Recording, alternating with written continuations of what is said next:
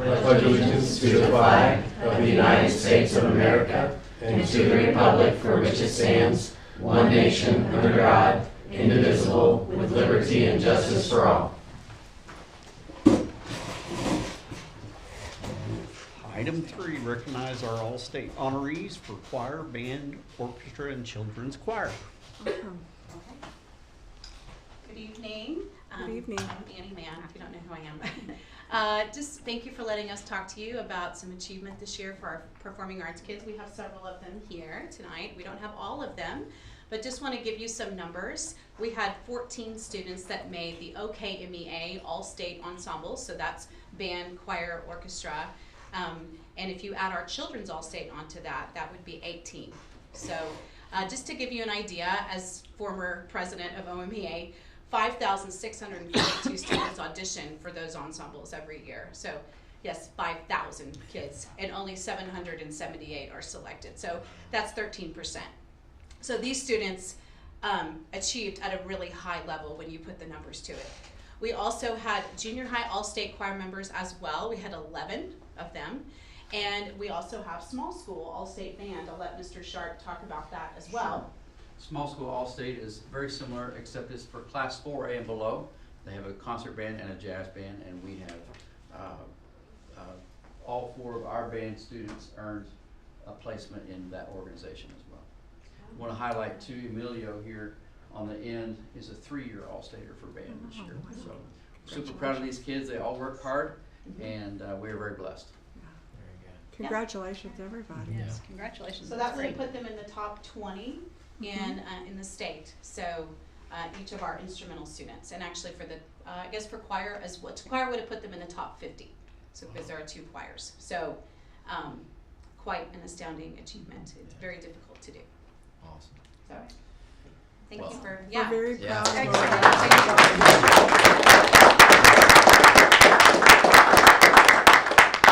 I thank you guys for spending time to come here and letting us honor you.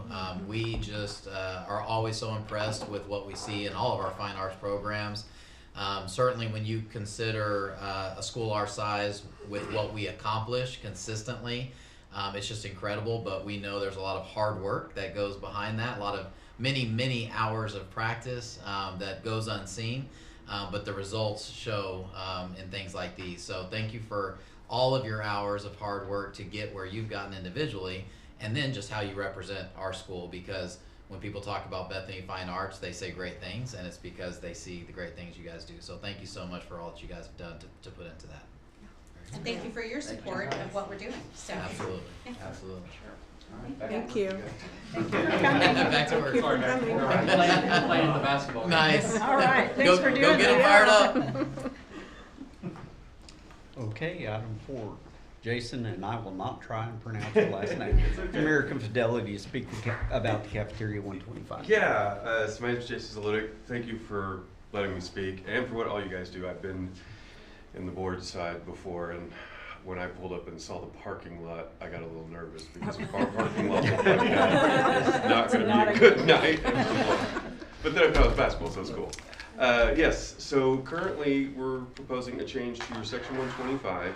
Under the flexible spending account, you guys have it written into your document, it's an IRS document, that anything left on flexible spending account at the end of the year, plan year, they have 70 days to squash it, or they lose it. They've changed things to where now we can turn it to a carryover. So that way it gives them a little bit of a buffer.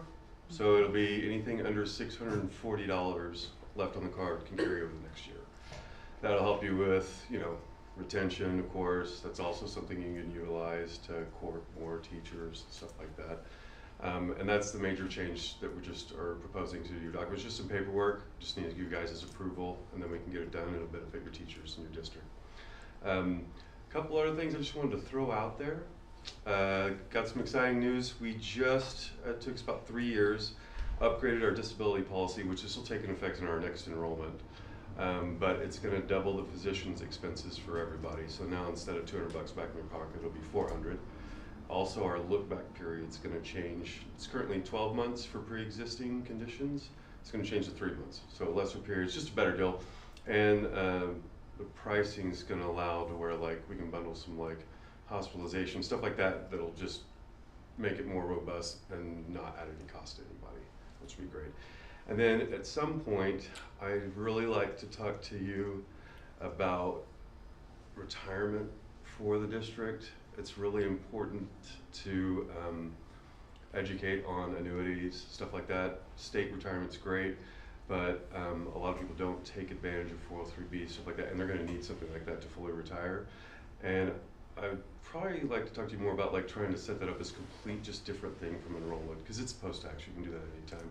That way it gives more, because it's a longer conversation, people need more information, and a lot of times when we talk to them, they're like, okay, well I need to think about this because it's a lot, because it's investment, kind of like, this way we can just come in and spend some time solely on that and educate them better, so that way it prepares them for, you know, when retirement comes. And that's all I've got for you guys today. This informational item tonight. What would be the timeline on that? So we'll get with Jason and we'll get whatever paperwork needs to be signed by you guys, and we'll get it on the board for the next time. We had so just so you have some background, we had a situation with an employee that they had some money left on their card, and This is like the money that you spend for extras. Yes, yeah, it's tax free. Yeah. And Nick had set it aside. she had come from another district where they had the longer, it was the carry, they had already switched over to the carryover, and then so she actually lost some money, and it doesn't really make any sense for us to not allow them to carry it over, so we just need to make that change. So it benefits our employees at no cost to us, and absolutely. so we'll have that on for next month. And Jason, thank you. I mean, they do an amazing job for us. We Thank love you. American Fidelity. So Yeah. Thank you very Any much. questions for me at all or anything before I run out here? I'm gonna go catch a soccer game. Okay. No, Hope it's Enjoy. indoor. Well, Yeah. thank you. And Thank if you. you ever, here, I'll give you cards, just in case you guys ever wanna talk shop or anything. There we go. I'll let them out, you guys can leave me alone. thank you. Okay, Yeah. thank you.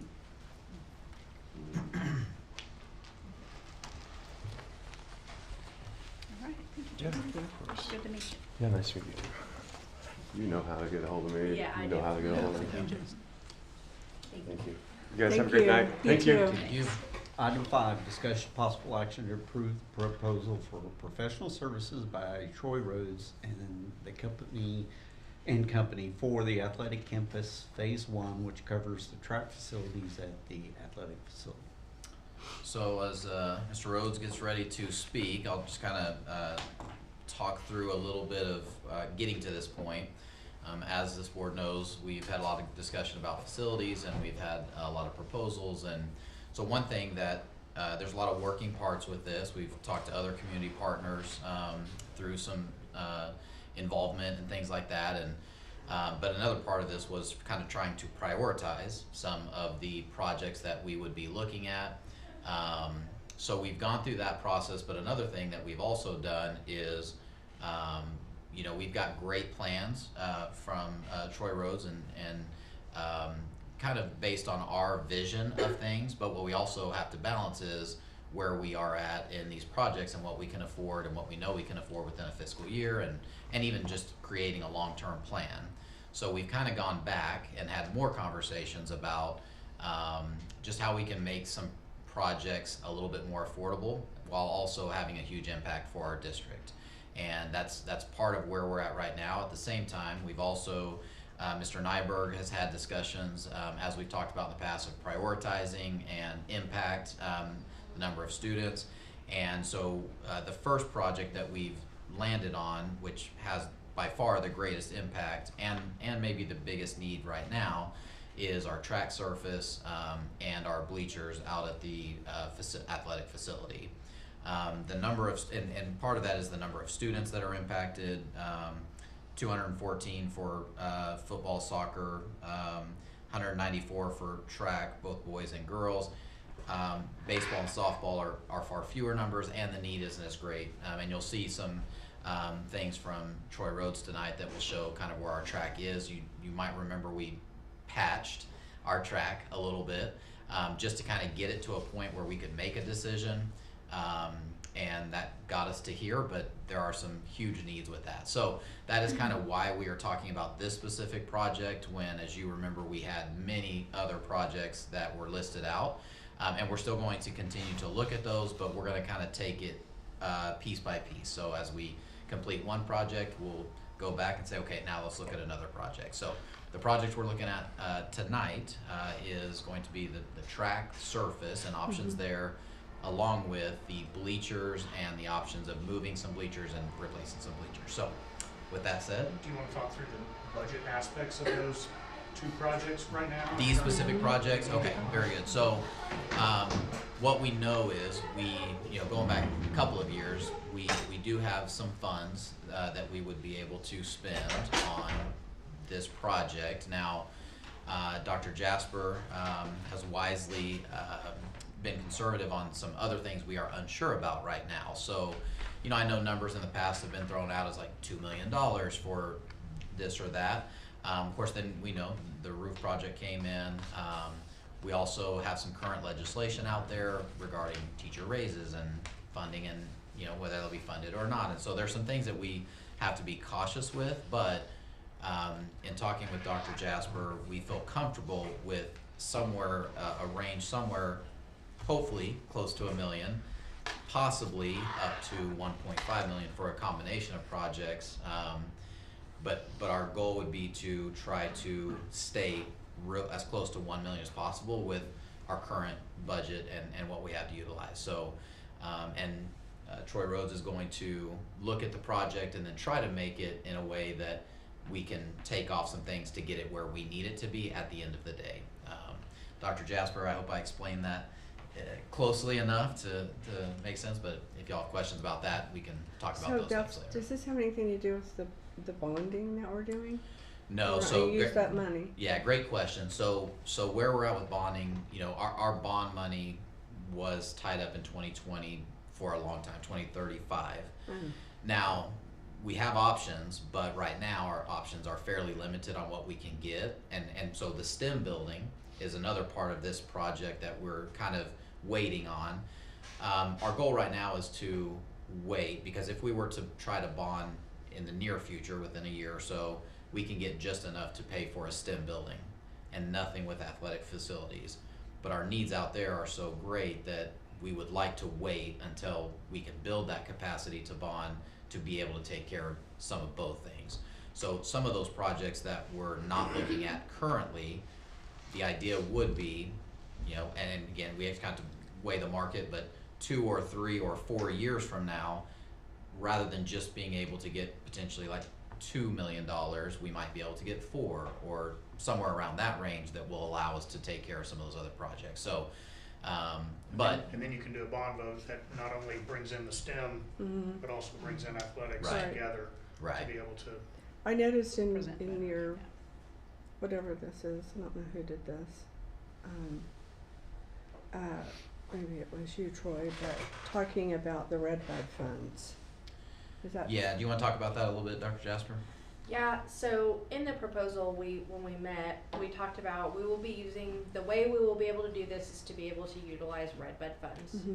So Red Bud funds are tax dollars that we receive. It's a marijuana tax, and it's money that we receive through that tax. This last year, we got in the neighborhood of $715,000 the last fiscal year. It comes in 2 cycles, so if we get the first half in January, they're actually late, and we haven't received the first half yet, and then we get the next half in June. This year, our allocation is about $748,000. So right now, currently, we have $918,000 in our building fund in cash. We have a few projects already in the building fund that we had already have encumbered that will take some of that. But we also have the full 748 that we're going to be adding to that amount at some point this year. So that will be a pretty hefty balance for the building fund. And then next year, the hope is always that you get at least that, a similar amount. It's a very new So there are lots of things to consider. It's a very new form of funding that people have not been getting. It specifically earmarked for capital improvements, and then they added this last year for us to be able to purchase buses with it. What I would just say is, as we're looking to the future, there are a lot of things. So there's been a lot of excess funding because of COVID dollars that people have had to do things with and do different projects with. That funding isn't going to be coming. The state isn't going to be having all those excess funds like that again. Obviously, the politics of our situation are interesting right now. And while I don't think we'll ever not get like Title I funding and things like that, I think that our government could get us in a position where it's very difficult to access those funds quickly. And so we have to look at that, and we don't know that can be an unknown. I think we'll always get the money, it's just when will we be able to get it? Right now in legislation, they're proposing teacher pay raises. Dr. Bellis has heard that he doesn't believe, or they don't believe that they would fund a pay raise or agree to a pay raise without funding it. But we don't know. You know, the legislature can always do anything that they set their mind to. So if they said we had to give pay raises, but they only partially funded that, that could cause us to have to shift some expenses to the building fund. Mm-hmm. If they pay for all of it, that would be great. But we just don't know everything that's going to happen. The governor is saying it's going to be a flat budget, or he's recommending a flat budget for education, but then we have these things proposed where we might have to pay for them. There's always unfunded mandates in education. So I think that this puts us in a good place. Obviously, we're going to have funds coming in, but I think it's conservative enough that we can move forward with the project. So, hey, thanks. So does that answer your question? Sorry. Yeah, it does. Does that answer any question Perfectly. that you have? Okay. So those 2 fiscal year Redbud totals, Yeah. roughly a little more than 1.5, but the goal initially was, let's try to figure out a couple of those several 15, 12, whatever the number of project, $12 million worth of projects that we can kind of fit within that kind of a time frame, budget-wise. And so then we started a little bit of, I guess, maybe trying to be conservative with that. So 1.5 would be ideal, but if we need to be conservative, we need to have options. So our goal right now is to design what 1.5 million would look like, what we can include within that, but also have backup plans that would get us to 1.25 or 1.1 million. And so that's, we're gonna, I'd love to be able to go the opposite direction, but we really can't do that. It in fact, if you talk to contractors, they generally say the best alternates for pricing when you're doing bids is a deduct alternate. So that way you have a number here and then you deduct to be able to get down rather than add alternates. I don't know why, that's just subcontractor. So, as discussed, the 2 projects that we feel like we can fit within that number, and that number is an all-inclusive number. So that includes everything. That's not just construction cost. That's our cost, the proposal that you're looking at tonight. That's the cost for that, plus any other expenses incurred for the project. So we typically do an overall project budget like you've seen us do in the past. So that number is that overall project budget. So out of that, we'll have, whatever the construction dollars that we need to allow for the work that we're going to look at a little bit. I don't have anything related to bleachers tonight, so let me talk a little bit about the schedule, because that dictates what we're getting ready to show you. So we've met with Lingo Construction and our team and the BPS team.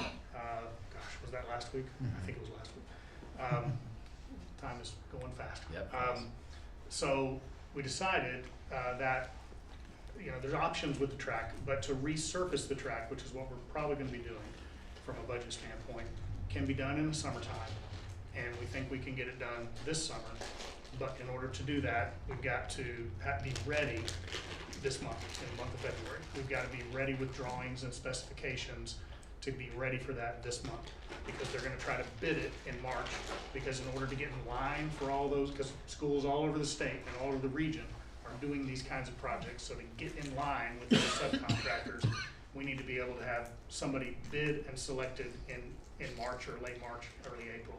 And then as soon as schools, as soon as it's available and ready, then they can start the resurfacing. The bleacher aspects of the project, the bleacher, just the parts and the kit and the materials and the fabrication and all of that, it just takes, I mean, if you said I want bleachers now, you may get them in 9 months. It just takes a long time to go through that process, get in line, right? Lots of people want bleachers. So the plan right now is to work in this month, February, March, maybe even a little bit into April. I haven't fine-tuned that schedule with Stan Lingo yet, but the bleacher work would not happen, and I did confirm this with Stan. The bleacher work would not happen until late fall of 25 and early winter of 26. So we're talking about moving the existing home bleachers onto the south side to be visitors bleachers, and then building new bleachers on the north side. Our scope that we're talking about, because we're trying to conserve some dollars, is actually going to reduce the number of seating from what we showed. I think we had twice as many seats as what is there now. We've been asked to provide about a 33% increase instead of a 100% increase. Can I speak to that a little bit? Yeah, absolutely. So we just realized, I mean, right now with our bleachers that we currently utilize, when we have home and visitors, it's pretty packed.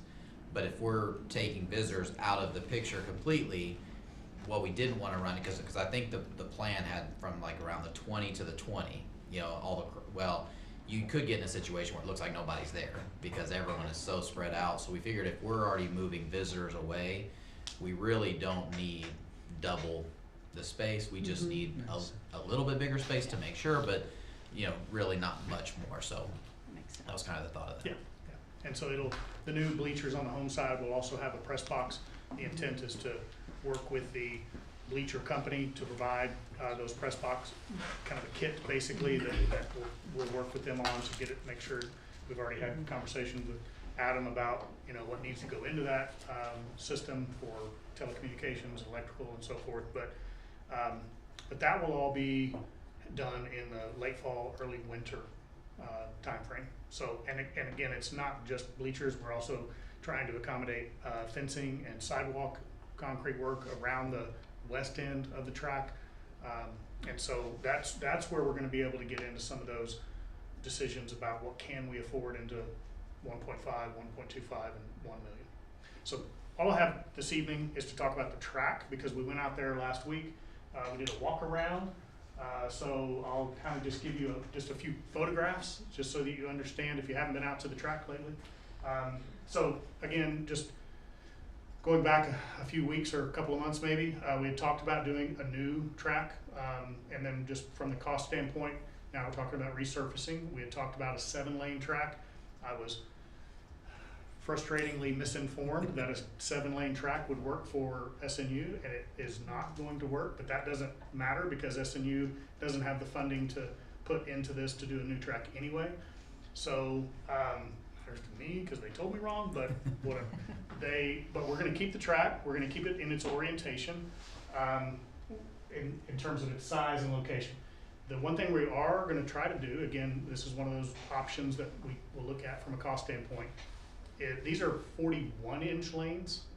Normally they're 42, which, you know, maybe that's just measured, maybe a matter of how you measure inside the lane, center lines of lines. We've been asked to try to see if we can add a 7th lane to this track, a 41-inch extra lane.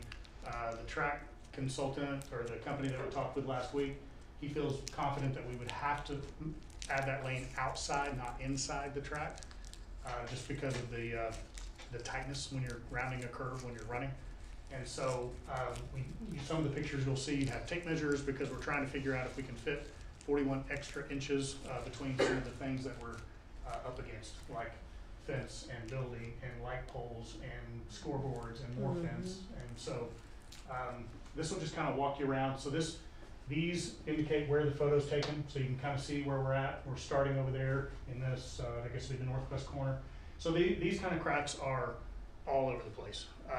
And this picture is taken on this far end. It actually, you can see the high jump pit right in that area.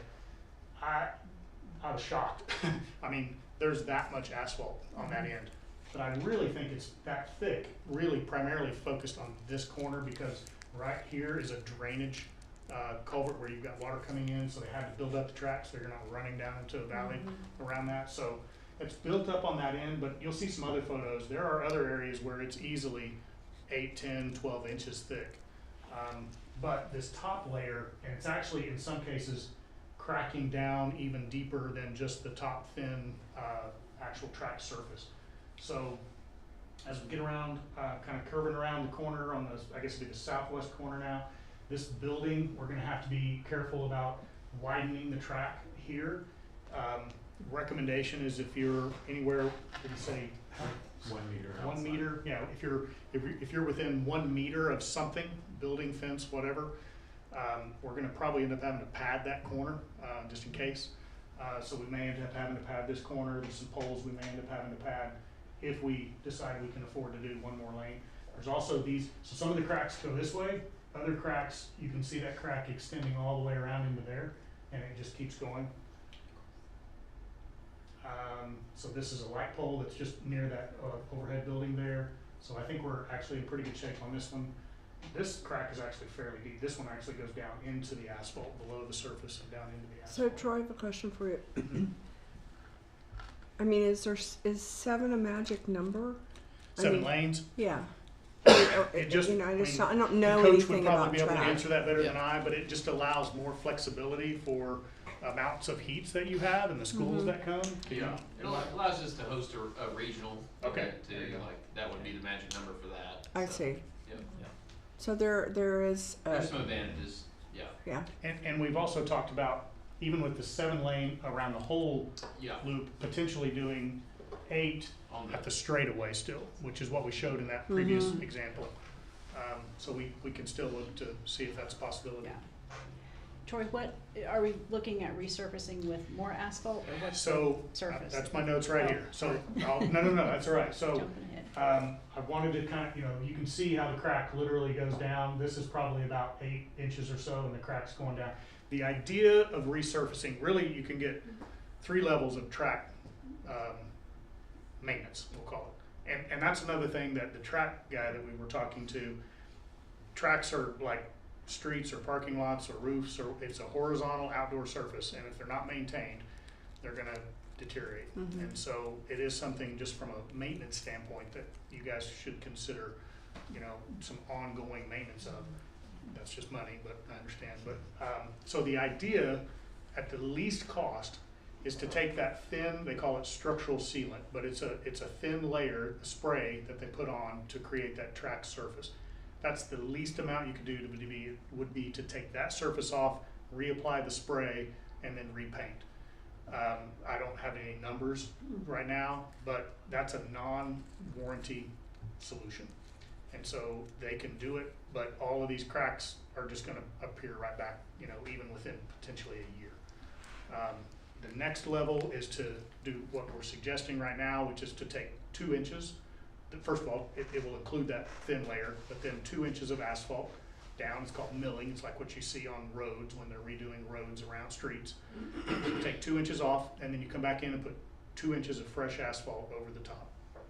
And then you put that spray layer, and then you paint. And that is a 5-year warranty is what that gets you.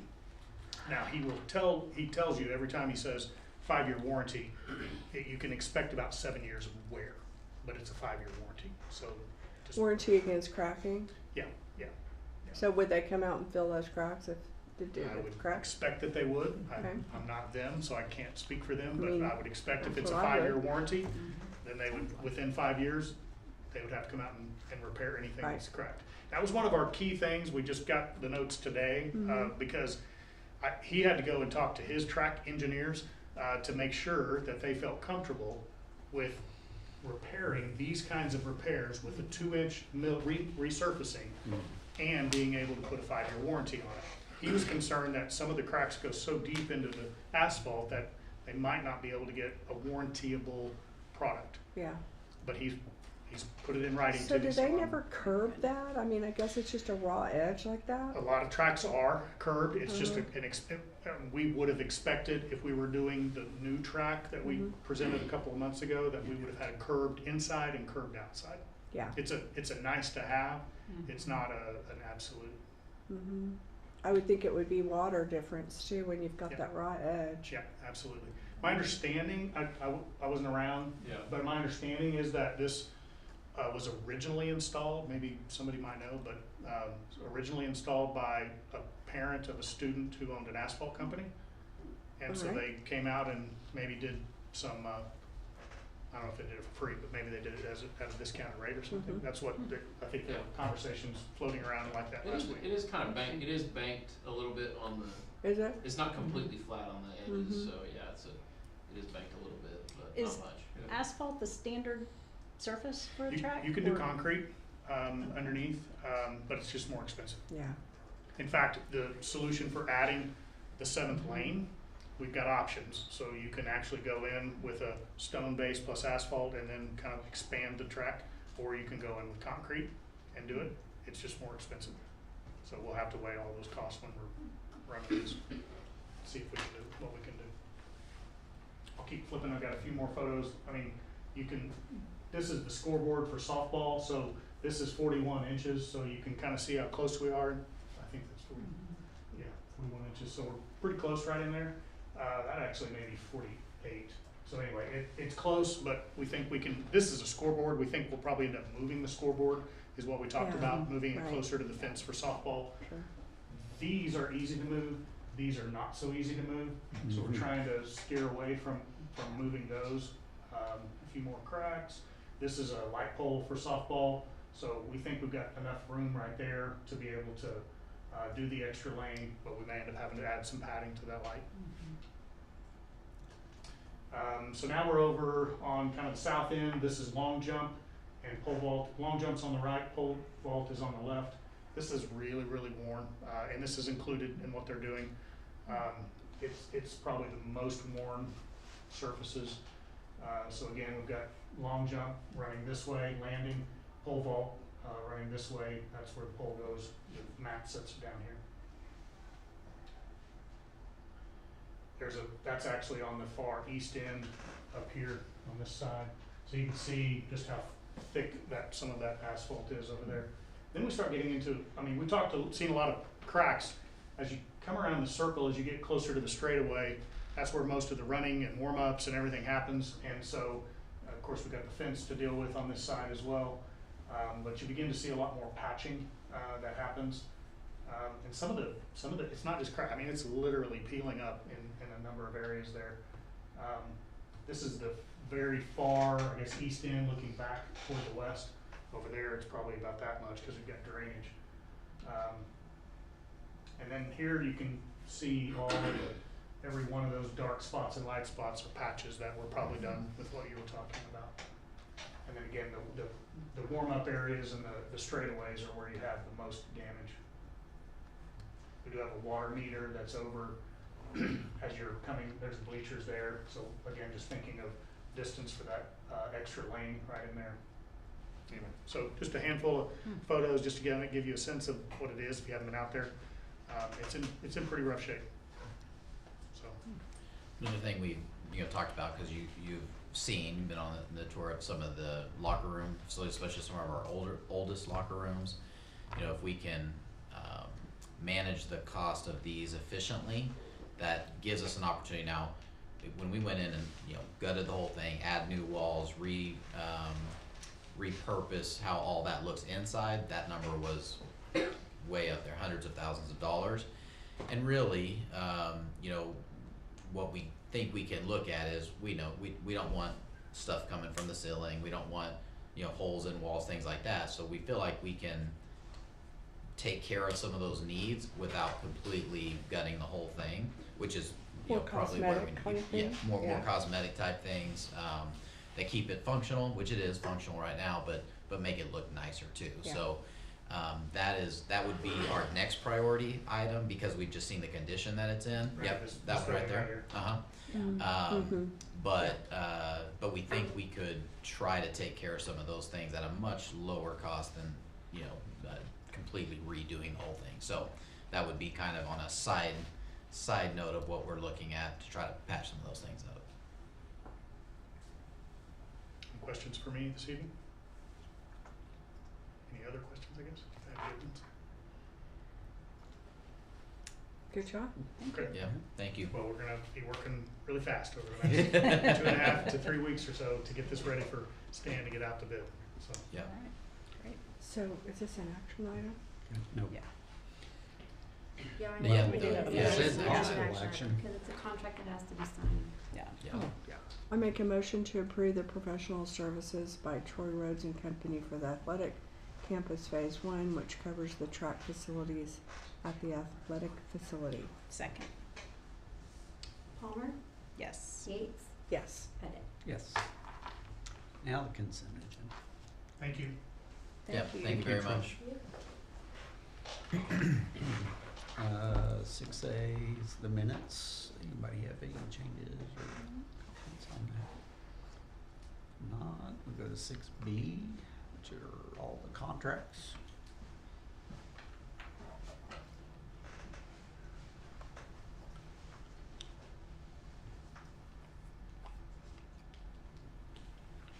And 6C, changes Key Club fundraiser and cheer fundraising.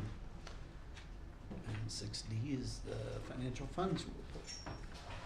Okay, so we'll start off with activity fund. We have an ending balance of 603,000. Our activity funds are doing pretty well.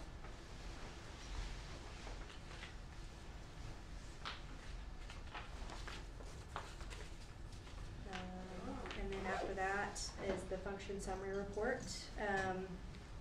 So we set a budget of $19.5 million. We have currently encumbered 9.2 million, and we have actually expended 9.9, leaving us with about $324,000 left for the year. I know there are some things that are encumbered that will end up closing out, so I'm thinking we're gonna be pretty good and make it to the end of the year. I don't think we're gonna have to do a supplemental or anything like that. We've also had a lot more revenue come in than there were extra things like interest that we've gotten from our investments and things like that that weren't originally on our estimate of needs. So if we needed to do a supplemental, we could. But I think we're going to be okay right there because we'll start closing some things out here pretty soon.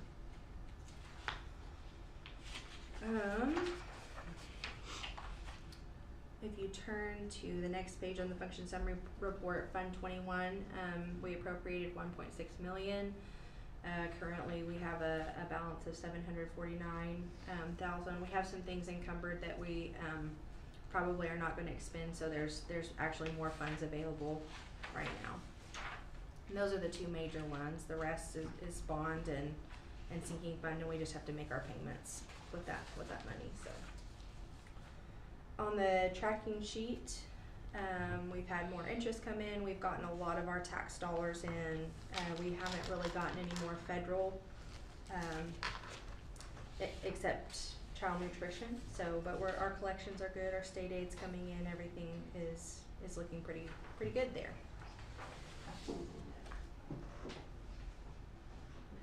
I would say, you know, as we're looking at these projects, depending on what, you know, whether we spend $1 million on this track project, or, you know, we give them the option of 1.2 and 1.5, and really he talks about deducting down from 1.5 to the 1 million. You know, I think there are things we need to have our eye on. I think also that we have to be careful about spending every cent that we have out at the athletic complex, because there are needs up here that are going to have to be addressed with some of that Redbud funding. So it would be my recommendation to this board to do this one project and stop and reevaluate what's going on up here and what needs to be taken care of up here before we engage in another project out there. And I think you all know that, but I just feel like I should probably say it out loud. Sure. Thank you. To everyone. Thank you, yeah. So, any questions for me on those? I think it also gives us an opportunity to see how true to the, you know, their bids and all that they're Yeah. gonna be, and Yeah. what, you know, you never know when you're gonna have, like in the times past, all of a sudden the cost of building goes way up. Right. So I think Yeah. can gauge all that with one project and Yeah. see how we are. Yeah. I think, I forgot. I put some additional documents in there on that. So the first page is from our accounting software. And I just want to have this conversation with you all because I know we've talked about carryover a lot. So right now, currently, that first page is what our projected carryover is if we finish today. Like if we finished out the fiscal year today, our projected carryover out of the general fund is $4.3 million. And that is a good carryover. I think we'll probably actually finish out the year at 4 million. When everything's all said and done, we'll see, but I think it's gonna be 4 million. The next page, I wanted to show you, I finally was able to get these from the State Department of Education. The first page is the carryover penalty calculator for 23-24, and I wanted you to see with your eyes that we were good with our carryover. There was no assessed penalty. And then the next page is The this state penalty calculator? Yes, yeah. So I'm on the 2024 calculator. So there was no penalty assessed. Our carryover was just fine. And then this last year was the questionable one because we had such a large carryover of $6 million. Part of that was we had so much COVID money that had to be collected in. There was just no way to get it all spent, collected in and spent in 1 year because it was a reimbursement. So we spent it and then we got it back and then there just wasn't enough time to spend it again. So that was the year that I was worried about, and you can see that we actually were just fine and no penalty was assessed for this last year. You have to get a penalty 2 years in a row before money gets taken out, but obviously we don't have to worry about that, and I wanted you guys to see that and be aware because I do know there was lots of conversation about our carryover being high, which that's not going to be an issue this year. And then the last page is this general fund carryover penalty calculator. This is how I calculate if we're going to have a penalty or not. This is my projection. So I've estimated only 17 million in revenue. We're going to have more than 17 million in revenue. And I've put our federal sources, what I think we're getting in federal and what I think that our fund balance or our carryover is going to be, and we don't have a penalty assessed for this coming up here. So if we stop today, we'd be in good shape. We're not stopping today. We're going to spend more money before the end of the year is out. So we're in good shape. We're in good shape with carryover. Okay. All that to say. I don't know if you want to see it, but you just got to see it. So Thank you. I've never seen it before, so that's interesting. all right. I make a motion to approve the consent agenda. Second. Roll call vote. Homer, Yes. Yates, Yes. Pettit. Yes. Item 7, approve the encumbrances for the general fund non-payroll number 560 through 633 for $78,144.44. Change orders for the general fund $241,062.15, and the general fund payroll is number 70,000 through 7660. $13,705,223.38, and encumbrances for the building fund non-payroll number 19,5900, and change orders for the building fund 1,500. What is PO number 598 for? It's registration and fees for instructional and non-instructional staff. Yes, so this is going to be Mrs. Williams and some of the special education department and the children's center staff are using some of our federal 518 funds to go to a conference. And so that PO is paying for registration and fees for hotel and travel and that and such. It is with federal funds. Okay, And we will be reimbursed for it. great. How many people are going? I 8. Okay. Awesome.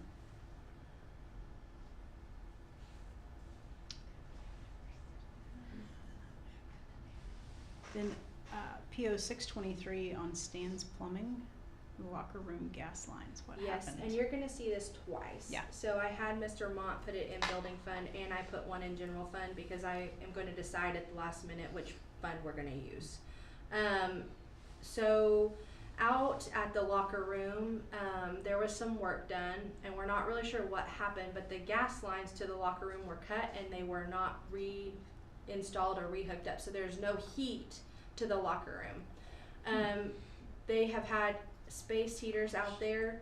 And we think that would be okay and sufficient. There's not been any problem, but I think that we should just go ahead and get it repaired. So, because there is running water out there, I don't want that to become an issue, and we have the money now to fix it. So, I recommend that we fix it. Yeah. Who cut it? Agreed. We don't know. It was Oh. before Mr. Mott's time. It was before my time.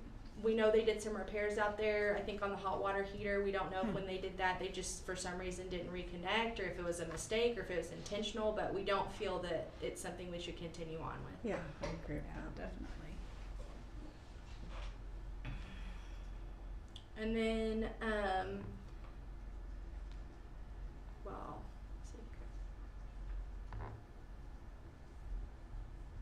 I will say on the change orders, one of the big change orders, I paid for part of the custodial services out of the building fund, and we're gonna pay part of the custodial services out of the general fund, as I've assessed, and we're trying to conserve as much of the Redbud funds to go to other projects. We can pay for that out of the general fund, and we're in a good place, so that's why you see such a large change order for that, as I'm bringing it back into the, general fund.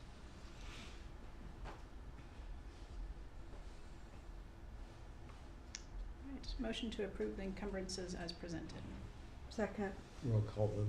Palmer, Yes. Skeets, yes. Pettit. Yes. Item 8, discussion of the revisions to the following board policies, DGBA-R through EIEDV. So there's a lot there, obviously, a lot to look through, and you'll have some time to do that. I'll point out a few that I just highlighted that I think might be of interest, but certainly if you have questions about others, let me know. So one that's just been a hot topic over the last couple of years is library materials. That's EFA and EFA-R1.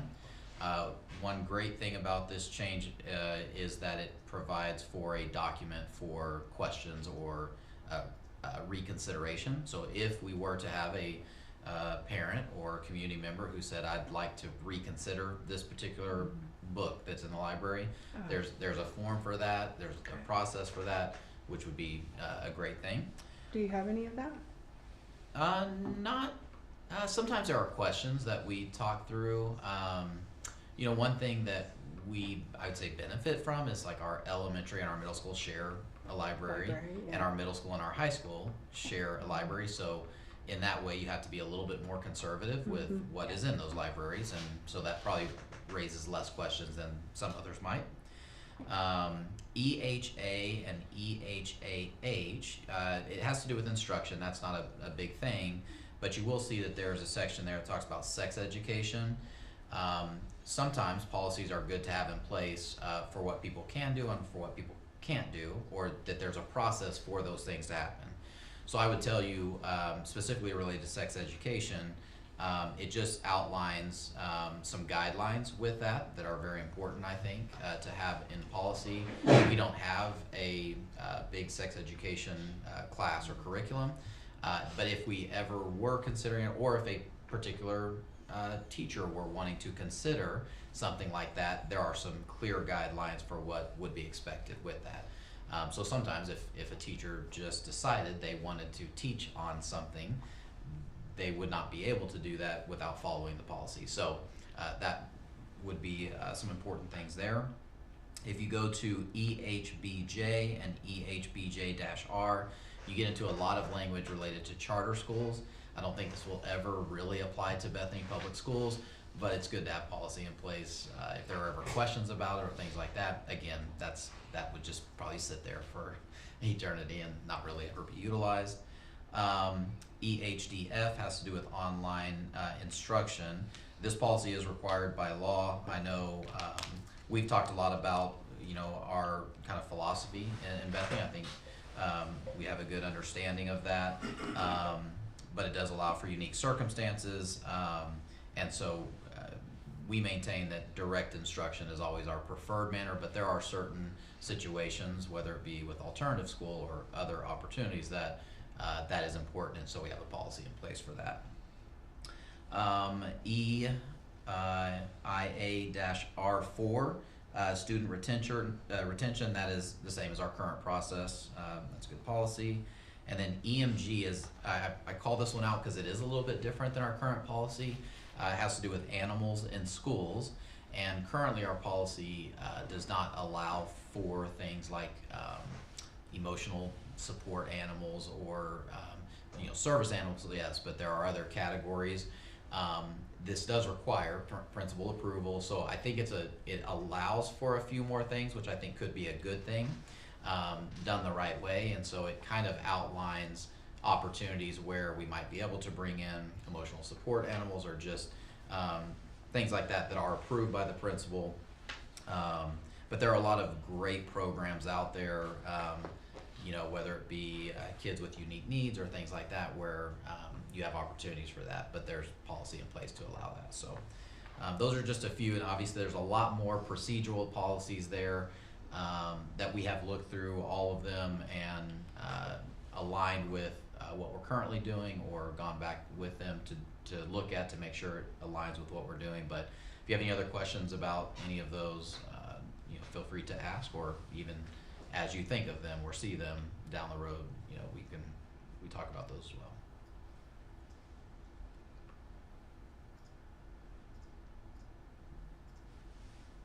Anything else?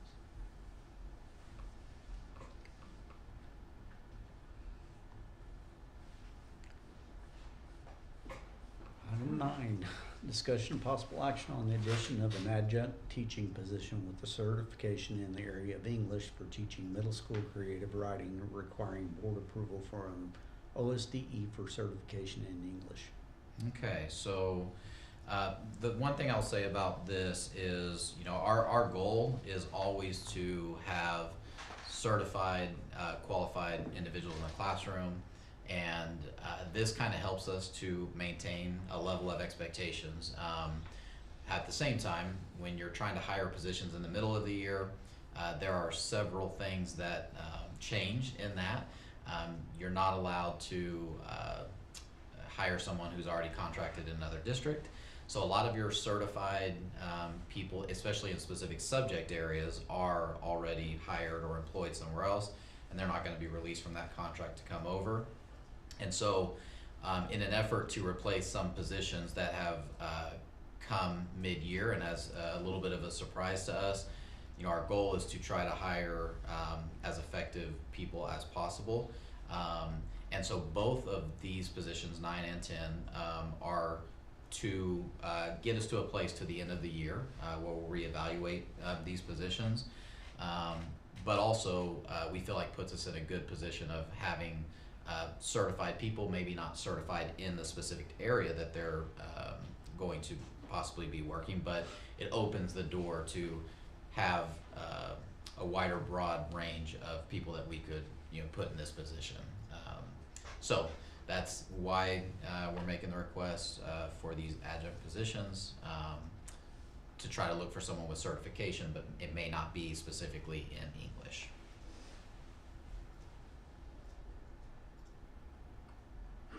And both of these positions are current positions that are in place that we're just needing to refill. I make a motion to approve the addition of an adjunct teaching position with certification in the area of English for teaching middle school creative writing, requiring board approval from OSDE for certification in English. Second. Roll call vote. Palmer, Yes. Yates. Yes. Pettit. Yes. Item 10, discussion possible action on the addition of an adjunct teaching position with certification in the area of English for teaching high school English, requiring board approval from OSDE for certification in English. So 9 was for a middle school creative writing class, 10 is for a high school English class. And is this just for this year? Correct. Both It's only good for positions this are school year.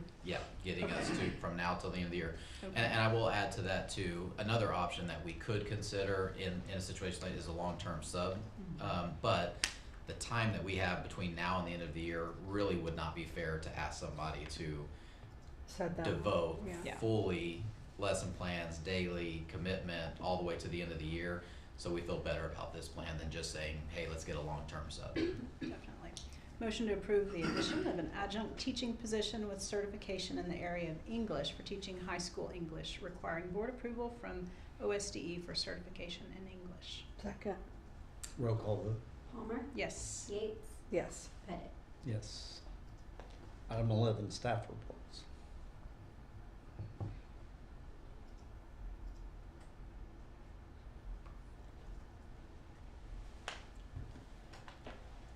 Busy. I will, Highlight anything? Ms. Chavez, I think there's one item I might have you talk about a little bit, if you don't mind. I think you know what I'm talking about. I do. You You guys will want- see on there that we had posted the position for fifth grade social studies at the retirement of Mrs. Carroll. And I worked with the fifth grade team and, looking for what their priorities are in their next teammate and what they would like to see for students. And so through that, we held interviews and we interviewed great candidates, but we actually determined together that Abby Keever, who is currently our fourth grade writing teacher, would be a great fit. She has lots of experience teaching fifth grade history. Actually, until this year, that has actually been her area of expertise, and so it was a great transition. The fifth grade team is excited, and her fourth grade team is excited for her because she is just so excited to get back in that subject area. So it was a good collaborative process, and we're excited for her. So that'll just be a new assignment, and then we'll repost the new position. Yeah, I see. Good. I thought so. I do like the blue ribbon on the top of the high school. I do too. report. Nice touch. Very nice. We got a big Gotta do assembly that. coming up soon. I That's know, it's right. on the Great. calendar. I'm Yes. sad I'm not gonna be there. I love the state senate program. I was actually a senate page in my day, Nice. and it was awesome. I loved it. It really I think made we me have love two. all I things think we have politics. two. It's I can't remember who is it.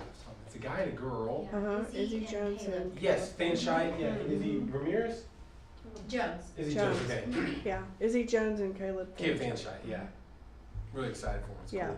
They'll have a great time. It's a great memory. Mm-hmm. So I like that y'all are doing that. Okay. Proposed executive session. I think we need, yes, okay.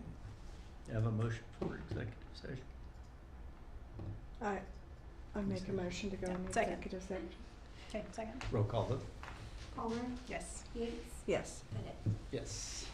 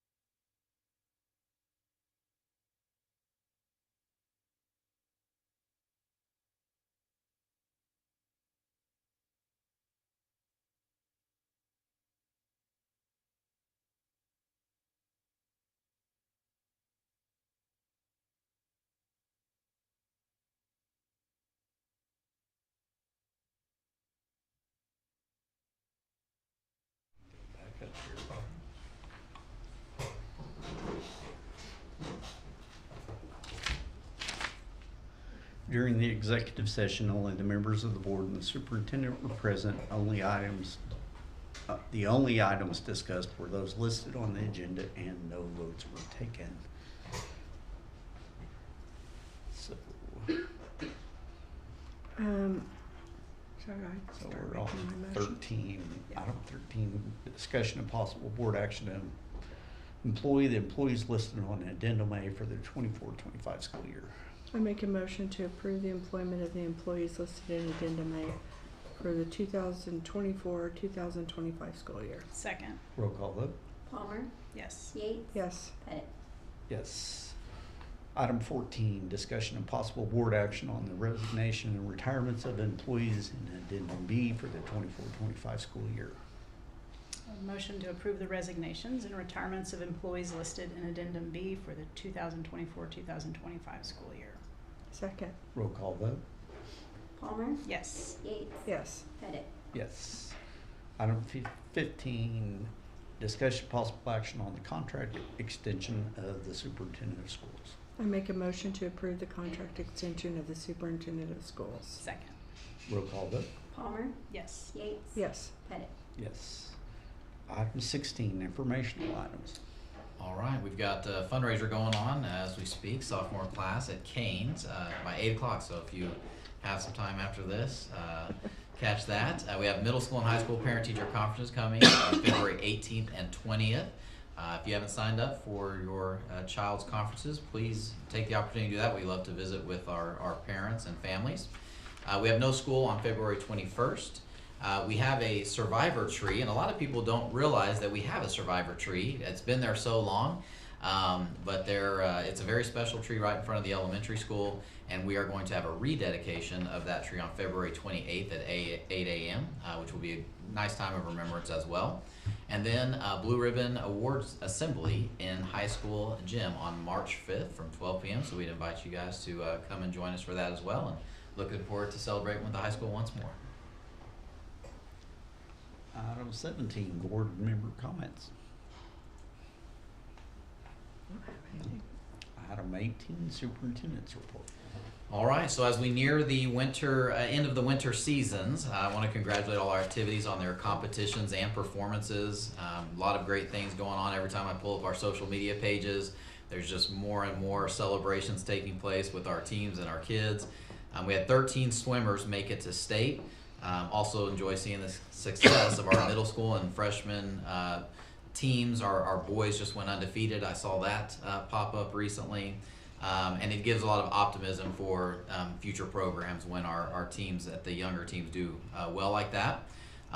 This culminated with 7 seniors signing this week, or just the end of last week, to have an opportunity to go to the next level. So congratulations to all 7 of them. I think actually there's even more than that that will be signing, but just providing opportunities for our students to have a chance to play at the next level if they want to, and certainly our programs continue to show that they're doing that. I'm thankful to the group of music directors, coaches, and sponsors for leading our students every day and helping them to achieve great things. I know it's a lot of work and time, and we truly have a dedicated staff just trying to make sure kids have opportunities to succeed. I want to thank our staff during the last few weeks with our illnesses, and it's a challenging time when you have illnesses rising for students, and but there's a lot that goes on behind the scenes related to staff with missed assignments because kids are absent a lot. Now we've got to make those up and stay on track with those. We also have to cover a lot of classes, and in any of those days when you show up, you don't know exactly what you might need to do and be asked to do. But our staff, really stood up to the challenge and just was willing to help whenever we needed to, and that allowed us to go as long as we could. Certainly, we got to a place where we felt like we needed to take a different step with the way the data was trending. I want to thank our custodial staff and maintenance staff for the opportunity to go through that sanitation process, and happy to report when we did come back, immediately we saw half the number of illnesses for students, and by the end of that week we were down half again. So it was like 20% to 10%, down to 5%. I've checked multiple times to make sure we're still trending the right way, and we are. So I think that was maybe just what we needed, but certainly trying to stay in as long as we could. We understand was very challenging for a lot of staff members and students trying to make up work. So appreciate everyone for that. And then also like to say thank you to our community. Anytime you close schools, you know that puts a burden on our community and our parents. And one thing I would say is when you send something out like that, you expect to get a little bit of both sides. In that situation, we had a few positive emails and we had 0 negative emails, which I know as superintendent that just doesn't happen everywhere. It's a great part of being in Bethany. The community really supports us in a lot of different ways, and that was just another example of fully expecting to get a few things here, and that's even canceling a middle school dance and having to move that and reschedule that. So the fact that our community supports in that way, we just want to say we appreciate that, and it's just great to work in the best community in Oklahoma.